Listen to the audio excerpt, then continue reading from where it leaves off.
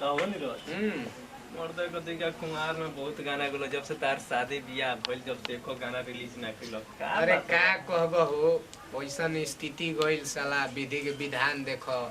का कहबो ओइसन गरीबती हालत बा एगो तो हां वही सब तो बात होई बाबू देखते बड़ो कि दिन भर खेतीए बाड़ी 5 कट्ठा खेत बा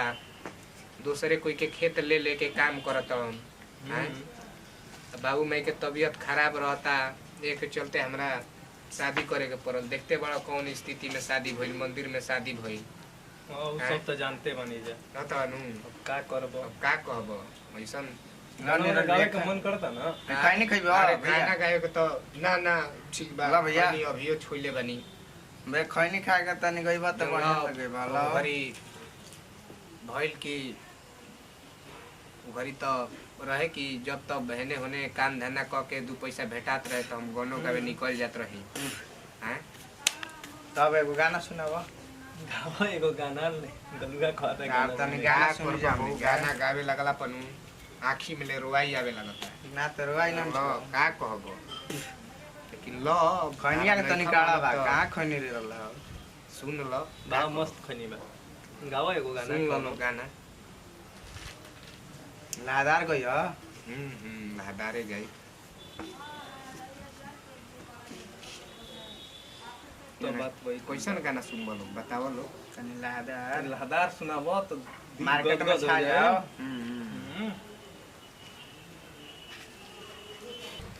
अरे दिलावा में धसल बाड़ू रानी तू ही हमरे चढ़ली जवानी तोहर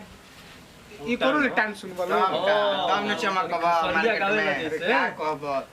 शादी हो गई नहीं तो अच्छा ठीक बा गावा अरे दिलावा में धसल बाड़ू रानी तू ही हमरे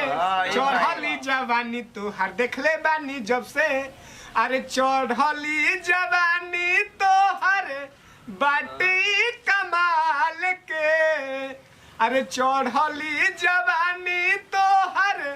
अरे बाटी कमाल के आवतानी सऊदी से रानी हो कमा के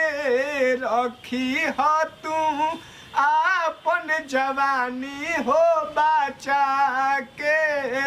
जियो गदगद कर दे तार गाना मार्केट में छा जी गाना बिला जान तो का होला आँखी ले हमार रोवाई जावे लगेला ओहो बचपन से गावत बड़ा अब गाय के छोड़ देले बड़ा लेकिन सुनो एक बात कही हो नीरज 42 नंबर से स्टूडियो खुलल है पटेल एंटरटेनमेंट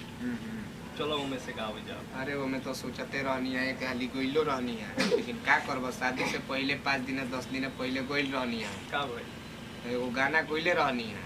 कौन गाना गइले बड़ा रोड पे तू चले लू तब बाजार तनी गावा तनी गाना पे बताओ न बुझाई हमने के गाना याद बा ना गाना तो उतना याद नहीं तनी हमने गावा अच्छा ठीक बा हम नेट पर सर्च मार के देख लेम हां नेट पर पटेल एंटरटेनमेंट म्यूजिक पर सर्च मारिया लोग नीरज पटेल सिंगर नीरज पटेल आ जाइयो ठीक बा से नामो हमार मार दे लोग का सुनो ना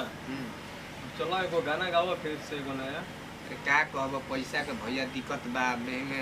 मेहरानू के देखे के बा माई बाबू तबियत था खराब रहता सब देख के चले के बा एक चलते महटियाइल बनी का कह अच्छा ठीक बा कब बजे तो भैया 1 तो बजत आओ का कोनो काम का बा हां चले के त का काम चल जाओ हां ई तो बात कहने हमरो अबे गाय भैंस खियाए के पैसा हमरो भैंस गरु खियाए के कब बजता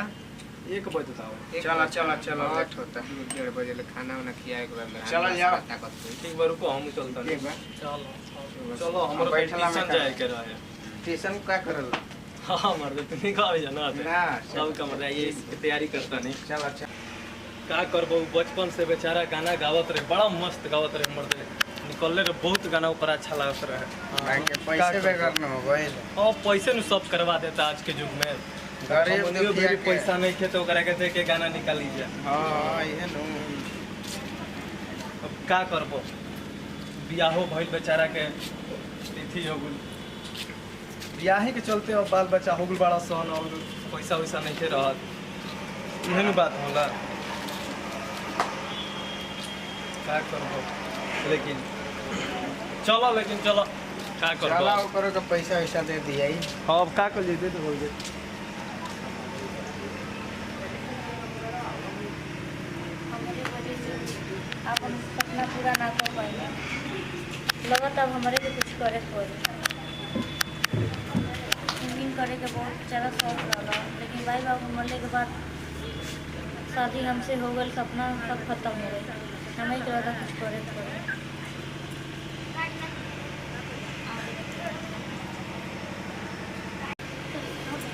आज आवे दो वहाँ से आज हम कुछ उपाय लगा के हमके ले जाए गाना गवाए खातिर लेकिन पूछब कहाँ से पैसा आई तो बतेबो नहीं कर रहा अपन कंगन बेच देवा मार्केट लेके जाए हम घर से कंगन बेच देवा हमरा से आ शादी रचैलू सुनी, अब आई- का हो का करत है कहानी रहा मैं चली मार्केट चली का मार्केट का करी अरे चली ना वो सरप्राइज बताए अबे क्या बताएंगे हम आपके आप जाए ना देखा मैं एकदम खुश हो जाए बाजार चल हाँ कुछ किने हो बता बहुत बहुत बड़ा सामान ले वजह का ले मान ली जिंदगी के सबसे मतलब कीमती चीज है वो। का ले अरे ले ना कुछ अबे क्या बताई अभी ना बताई दिखाई ना कौन ज्यादा महंगा निकल नहीं अरे ना जी तनको रुपया ना लगी फ्री में हो चली अरे आप चिंता क्या करते हम ना पैसा देवा कुछ पैसा लोग में उतना करी हम करी चली अरे 1 रुपया नहीं खर्चा करा आपके 1 रुपया नहीं खर्चा करा ठीक, चल ठीक, ठीक। बस चली उठी चल